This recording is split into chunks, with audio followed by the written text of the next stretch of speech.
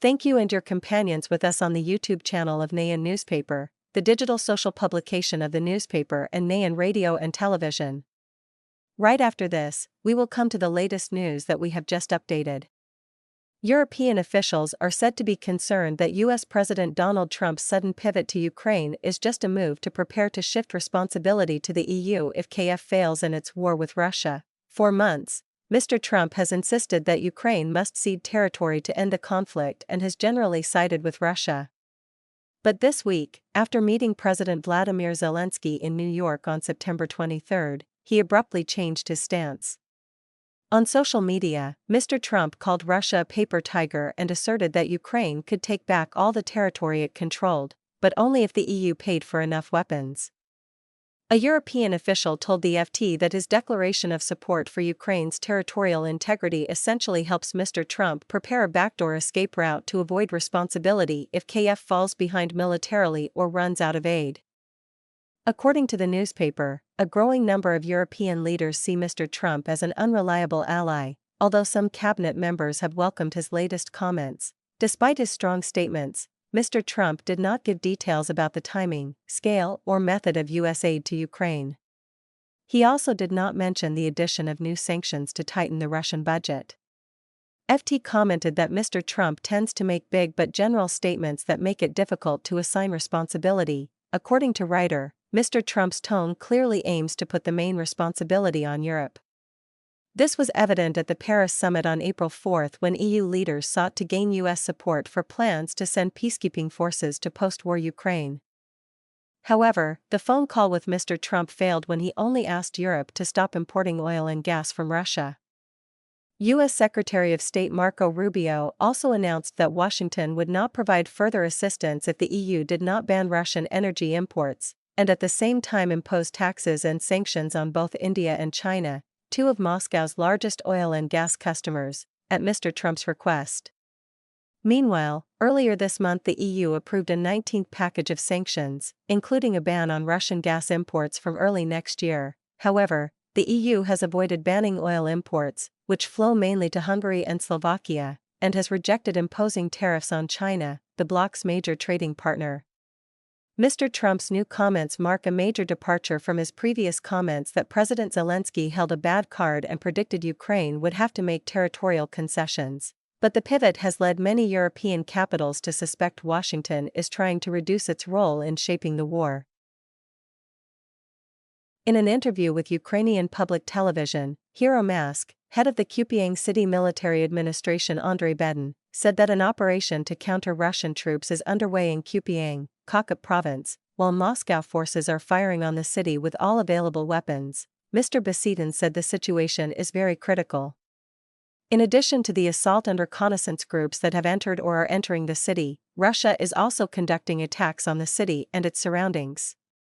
Being close to the front line, Russia can attack all types of weapons such as tanks, mortars, artillery, and multiple launch rocket systems. Guided gliders are being dropped daily on Kapong. FPV UAVs using fiber optic cables that cannot be jammed by electronic warfare are being launched. According to him, all routes in and out of the city, all logistics routes are within the range of observation of Russian UAVs. Mr. Bedin said the city's infrastructure had collapsed, with no electricity, water, gas, mobile connections, or social services. As of September 25, 680 civilians remained in the right bank of Kupiansk, with a total of 1,660 in the entire area.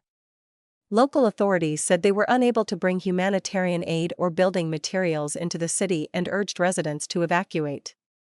Mr. Bedin said a small number of people were being evacuated each day. He said all assistance would be provided in Kharkiv city where conditions were safer. All facilities were in place, including free temporary accommodation. International funds were providing 10,500 hryvnia, or about $250, for each evacuee, a support center for Kupiansk residents and a health center. The entire package would be rolled out. We must unite until we can return to the community of Kupiansk. Earlier on September 23, the Russian Defense Ministry said the task force was completing its task of taking control of the city of Kupiansk. The statement said that the Russian army has now blocked a large enemy force from the north and west, putting them in a pincer position. The combat mission is still continuing to blockade Ukrainian forces from the south. The Russian Defense Ministry said that the Russian army's advance in Kupiang was achieved thanks to underground constructions such as water and gas pipelines to penetrate into the area controlled by Ukraine without having to directly penetrate the enemy's fortified defenses. According to the Russian Defense Ministry, Kupiang is considered a key stronghold of the Ukrainian command to maintain control of the eastern part of the Kharkov region. The city is an important logistics center where the supply lines for the Ukrainian group of troops on the east bank of the Oskin River pass. According to the Russian side, the Ukrainian army has turned Kupiang into a fortified defense area, a real fortress. In a notable development, the Ukrainian Air Force announced that at around 4 a.m. on September 25, an enemy X-34 was shot down. The incident occurred on the Zaporizhzhia front. Before being shot down, the Su-34 had carried out attacks on the city of Zaporizhzhia with guided bombs. Russian and Ukrainian air attacks have increased sharply since the beginning of 2025 and are expected to intensify in the coming winter with new attacks on Ukraine's energy infrastructure. On the same day, the Ukrainian Military Intelligence Agency HUR announced that it had destroyed 23 and 26 transports and 2 Russian radar stations in an attack using drones and CRMs. HUR said the attack was part of an ongoing effort to destroy high-value Russian assets on the peninsula. The An-26, a Soviet-era twin-engine aircraft widely used for short and medium-range transport flights, is capable of carrying up to 40 troops or 5.5 tons of cargo. On September 21, the HUR claimed to have destroyed 3 Russian Mi-8 helicopters and a radar station in Kum. Just a day later, Ukrainian forces continued to attack 2 seaplanes. B-12 Shaka CA.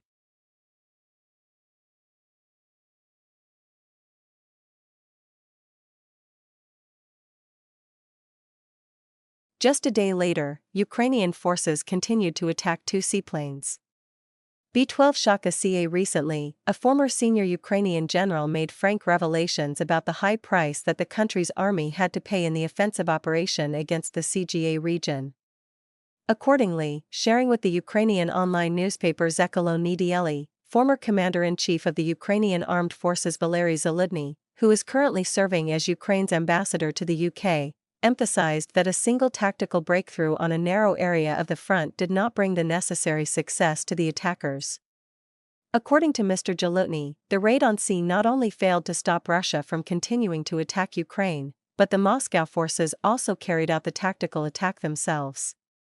Mr. Zaludny expressed that I do not know the price to pay for such actions, but it is clearly too high. He also admitted that Russia continued to weaken the Ukrainian army with infiltration tactics and constant shelling while the KF lacked the manpower to stop the enemy's advance. According to RT, the Ukrainian army's cross-border raid into the Russian outpost in August 2024 initially involved about 35,000 soldiers controlling dozens of villages. Ukrainian President Vladimir Zelensky once said that this operation would create leverage for future peace negotiations between Kiev and Moscow. However, in April this year, Russian President Vladimir Putin declared the outpost completely liberated. The head of the Russian armed forces, Valery Gerasimov, said that more than 76,000 Ukrainian soldiers were wounded and more than 700 pieces of military equipment were lost in Operation C. In fact, President Zelensky is said to have ignored the advice of his military advisors, including senior generals and the commander of the 80th Airborne Assault Group, to launch Operation C. Russia has long maintained that its victory in the military campaign in Ukraine was inevitable. Moscow has argued that continued Western military aid to Ukraine only prolongs the confrontation without affecting the final outcome. Ukrainians are having to adjust to normal life. Not memorize the location of the hidden bullet holes as Russia switched to daytime raids across the country. Team Harit Truk never thought his first day of school would be spent in a basement. But when the air raid alarm sounded in K on January 0, the 5-year-old boy and his new classmates had no choice but to run down to their underground classroom. Each time the siren sounded, the lives of millions of Ukrainians became almost paralyzed. According to experts, Russia's strategy of switching to daytime airstrikes is part of an effort to exhaust the Ukrainian civilian population both physically and mentally. Christina Howard, a Russia analyst at the US-based IW Institute for the Study of War, said the large-scale raids send a message that Russia is not really interested in negotiations or ending the conflict. President Vladimir Putin also said that Russia will continue the campaign until it achieves its goals. After years of living with the constant threat in the sky, schools in Ukraine have developed a detailed safety procedure to deal with attacks. During the first class, the school will introduce students to the evacuation route and the location of the bunker, in addition to the familiar information about timetables and how to order food in the cafeteria. Lumila Anruk, vice principal of KF1 Oriental Language School where Harris Truck has just started first grade, said it took 700 students 6 minutes to get to the bunker. Like every other school in Ukraine, the school now has a police officer on duty to coordinate the evacuation. She ate from the moment, she said. Of course, if we knew there was a threat from ballistic missiles, we would try to get everyone to the bunker as soon as possible.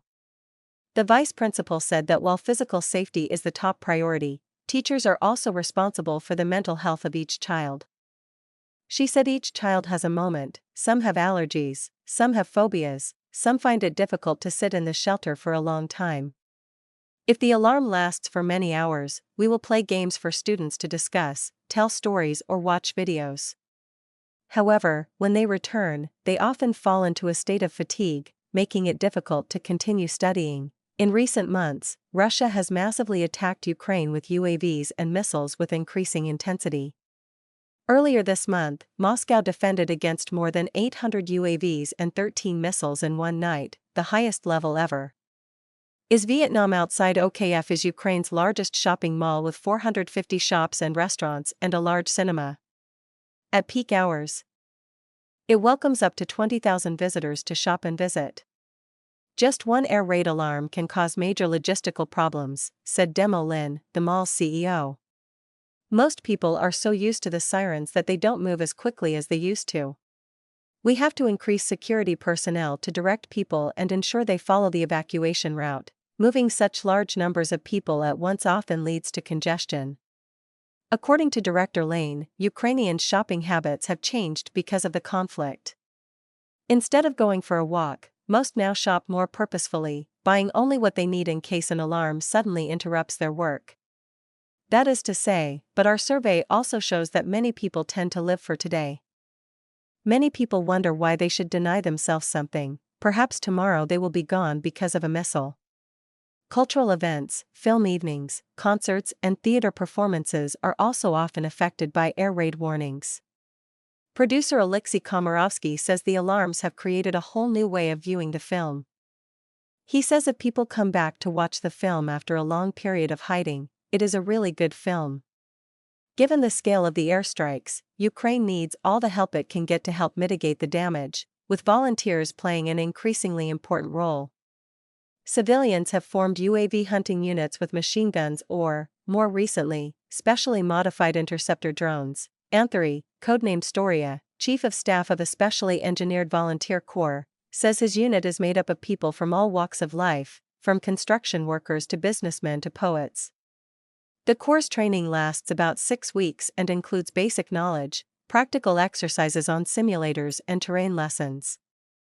Anori stresses that people must understand how to operate a UAV, a weapon that is becoming more and more complex. This is air warfare and it requires focus, knowledge and skills that are constantly being honed. According to expert Hal Hayward, some reports show that Moscow is currently building around 5,100 long-range attack UAVs per month and plans to increase production to 5,700 first. She said Russia is fully capable of continuing this large-scale attack if they can maintain the current or higher rate of UAV production.